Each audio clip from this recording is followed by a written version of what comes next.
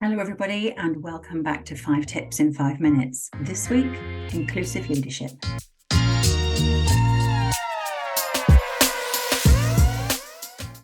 There are lots of inclusive leadership frameworks out there. Google it for yourself and you'll find plenty.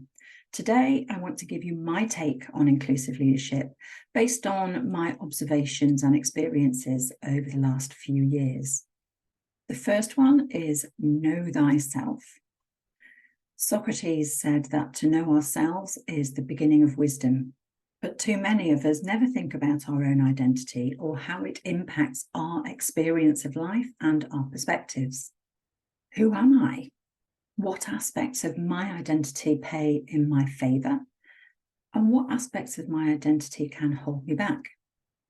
How do other people experience my identity? To paraphrase RuPaul, if you don't really know yourself, how the hell are you really going to know anybody else? The majority of people in the UK, the white, straight, cisgender people, we never really have to think about our identity. So instead of thinking about how they're different from us, try thinking about how we're different from them. The second tip is to understand the power dynamic. If you're a leader, you have huge control or influence over people's pay rises, their promotions, their profile, their career. They're not stupid, they know this, and so they're unlikely to tell you what they really think if they think it's going to backfire on them.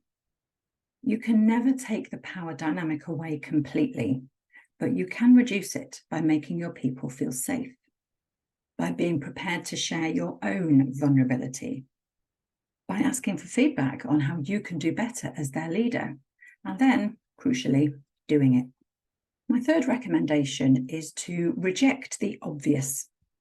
What's obvious to you isn't necessarily obvious to others because we all have our own worldview. So ask yourself, this is obvious to me, what's obvious to other people? What are they thinking about this? Be curious, be ready to be wrong, and be ready to learn. And thank people for their ideas and tell them how you're going to use them so they know that you're not just patronizing them and going, oh, good idea. Yes, I must have a think about that. The fourth tip is to embrace discomfort. If you aren't feeling uncomfortable when you're thinking and learning and talking about inclusion, then you're probably clinging on to your own perspective. As a leader, our self-esteem is often bound up in being right, knowing the answer, knowing what to do in any given situation, because we think it builds trust and we think it reassures people to have that confident leader.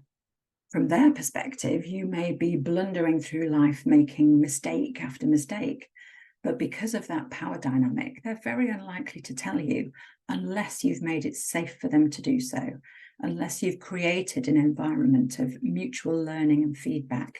And my fifth tip is to hang in there. Building an inclusive mindset can rock our world a bit. It can make us doubt ourselves and question our behaviour and that of others. And our instinct is to scurry back to our normal thinking habits and behavioural patterns. But once you've started, especially if you've had the courage to show vulnerability and to do this with the people around you, you need to keep going. The learning never, ever stops. And if your people see you trying out new things and then getting uncomfortable and scurrying back to where you were, it's not going to do much for your credibility. And if you're thinking, oh, this all sounds like a lot of hard work, and anyway, I'm running a business, I'm not running a therapy practice. Remember that employees' attitudes and expectations from their employer is changing. People want to be involved, included, supported, valued, and people are actively seeking out employers that provide that.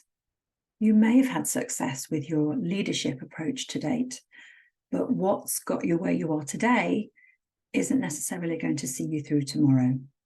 And as a leadership team, resist the instinct to close ranks when you get challenges from your people.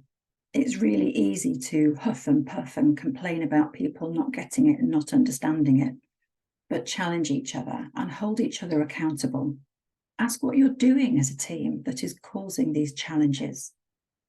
If you'd like to explore any of these ideas further, the Inclusion Coach is here to help you, and you know where to find me. That's it for this week. Thank you very much for watching, and I'll see you next time.